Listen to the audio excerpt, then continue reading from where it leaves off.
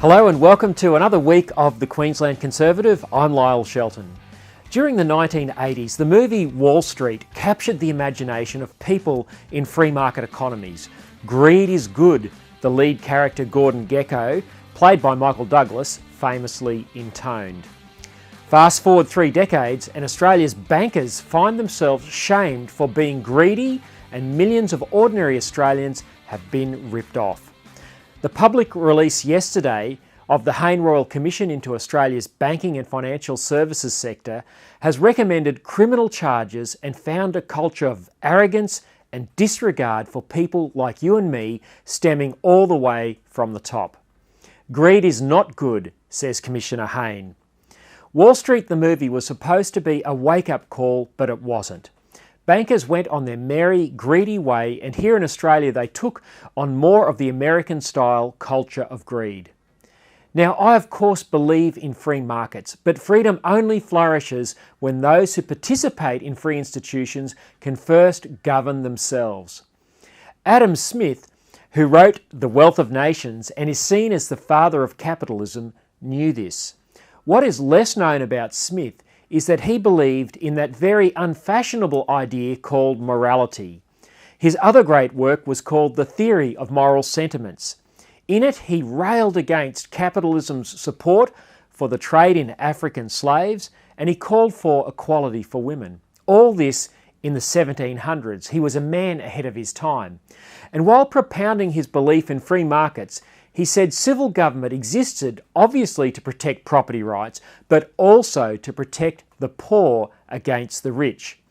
The idea that modern capitalism is meant to be dog-eat-dog, mirroring Darwinian survival of the fittest, is a million miles from what Smith believed.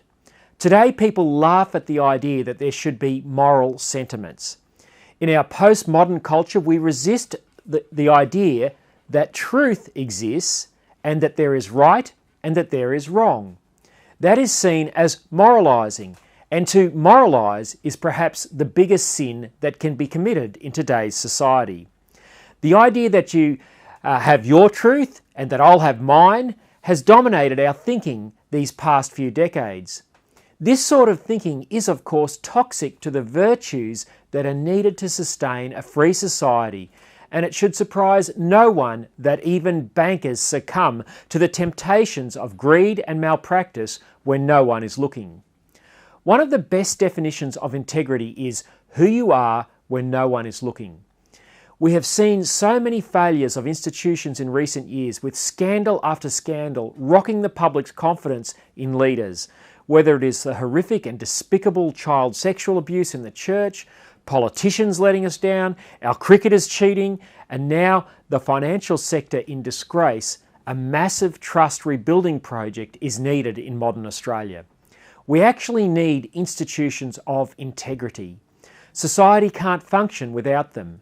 Trust desperately needs to be restored in politics, the banks, the church, and sport. To have institutions with integrity, we need people of integrity, and especially leaders of integrity. You can have all the laws and regulations you like, but if at the end of the day leaders won't do what is right when no one is looking and insist on this culture in their organisations, then we will be back to square one. Legislation and regulation can only go so far. Virtue and character come from the heart and need to be cultivated. We can't legislate away selfishness and greed, but by cultivating what Adam Smith called moral sentiments, we might just be able to preserve a free and just society. I'm Lyle Shelton. You're with the Queensland Conservative Show. Stick around.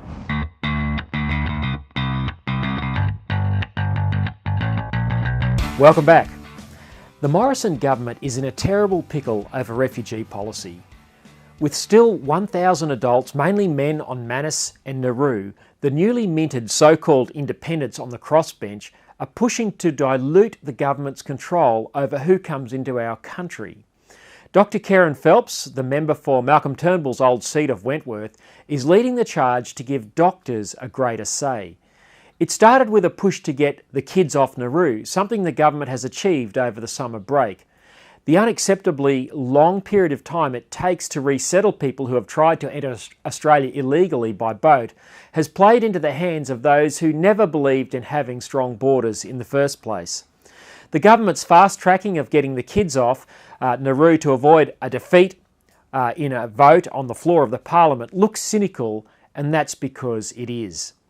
They should have moved much earlier because they handed a gift to those whose real agenda is a form of open borders in the pursuit of what I believe is misplaced compassion.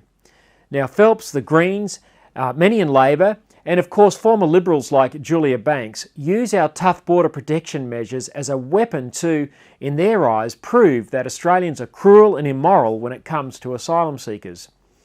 With the kids issue now resolved, Phelps has been clever and has now shifted the focus to people who might be unwell and the need for doctors to have a greater say.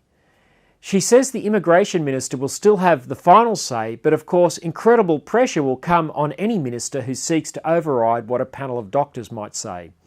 The government is rightly concerned that some unscrupulous asylum seekers will seek to exploit this softening of position to secure passage to Australia. Once here, human rights lawyers help them access our legal system and they end up being able to stay. A medical condition becomes a passport for breaching our borders.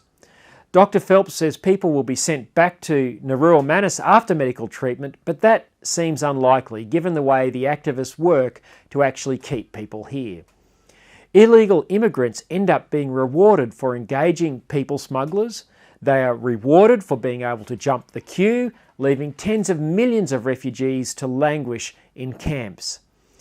These are people who cannot afford the airfares to Indonesia and the $10,000 to $15,000 US needed to pay the smugglers.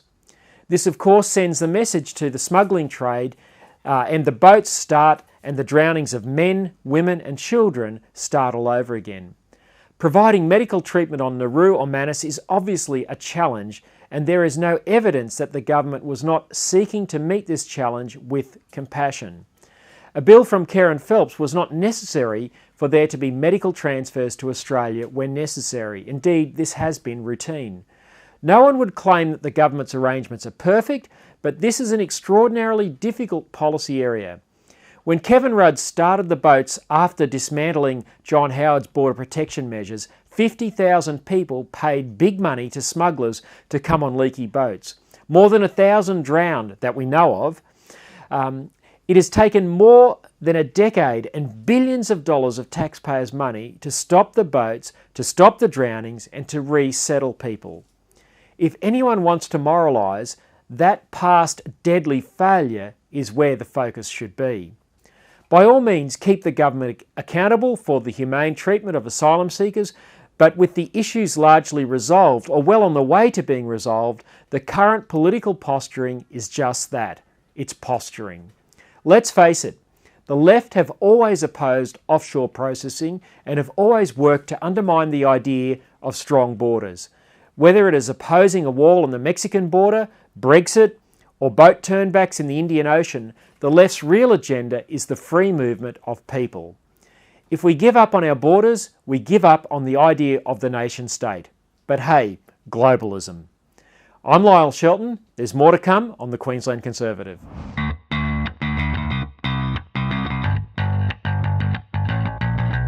You're with the Queensland Conservative. Thanks for joining me. It's not often that Australia leads the United States, but on the grisly issue of legalising abortion to birth, we have done just that. Last week in the state of New York, the Democrat-controlled legislature took a leaf out of the Queensland Deputy Premier Jackie Tradd's book and legislated that abortion for any reason was legal right up until birth.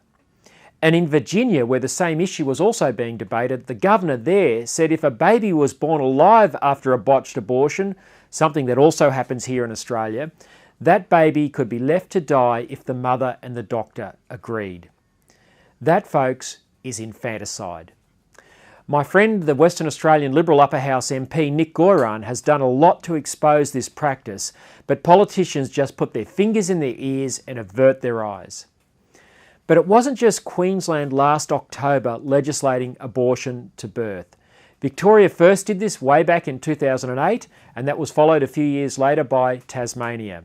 Labor in New South Wales is desperate to follow suit, but has been thwarted so far by the good work of pro-life activists.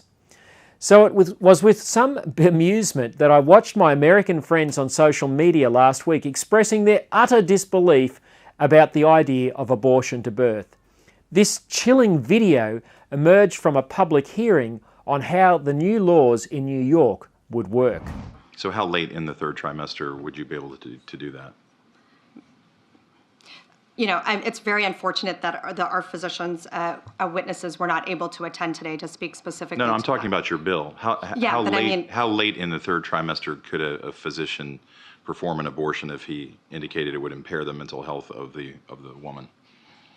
Or physical health. Okay. Okay. I'm talking about the mental health. So, I mean, through the third trimester. The third trimester goes all the way up to 40 weeks. Okay, but to the end of the third trimester. Yep, I don't think we have a limit in the bill. So where it's obvious that a woman is about to give birth, she has physical signs that she is about to give a birth, would that still be a point at which she could request an abortion if she was so certified? She's dilating. Mr. Chairman, that would be a decision that the doctor, the physician, and the woman would make. I understand that. I'm asking point. if your bill allows that. My bill would allow that, yes. I hope you were just as shocked as I was by the brazenness of this. Now, what many Australians don't realise is that this is now part of the legislative routine here in Australia, and that the pro-abortion movement is working hard to fill the gaps in Australian states and in countries around the world that are yet to legislate abortion to birth. To our enduring shame, few voices were raised in opposition when this happened here. Now, it's almost like the pro-abortion movement is coordinated globally. The legal measures for these bills are almost identical and are designed to provide maximum freedom to the abortion industry. Many doctors would say there is never a medical reason for abortion. If a baby is so badly deformed that she or he is likely to die, pro-life doctors say the baby should be allowed to be delivered, given all the medical care and parental love possible before that baby dies. Surely that is more humane than a lethal injection and then inducing labour and requiring midwives to deliver a dead baby. Midwives choose their profession because they love babies and they want to support mothers in the birth process. Most did not sign up to clean up after abortionists.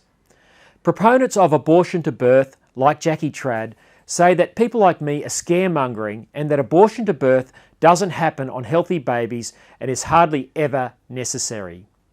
Well, if that is the case, why didn't they build into their laws carve-outs that protect healthy babies with healthy mothers? Why did they not impose any limits at all? This is, of course, an extreme agenda and it is global. In a grotesque act, the Freedom Tower in New York City was lit purple last week in celebration of the new abortion to birth laws. But if you think this is something for the Only in America file, think again. Jackie Trad had the Victoria Bridge across the Brisbane River lit, you guessed it, purple. The colour blood red would have been more appropriate. God help us. I'm Lyle Shelton. Join me again next week for another episode of the Queensland Conservative.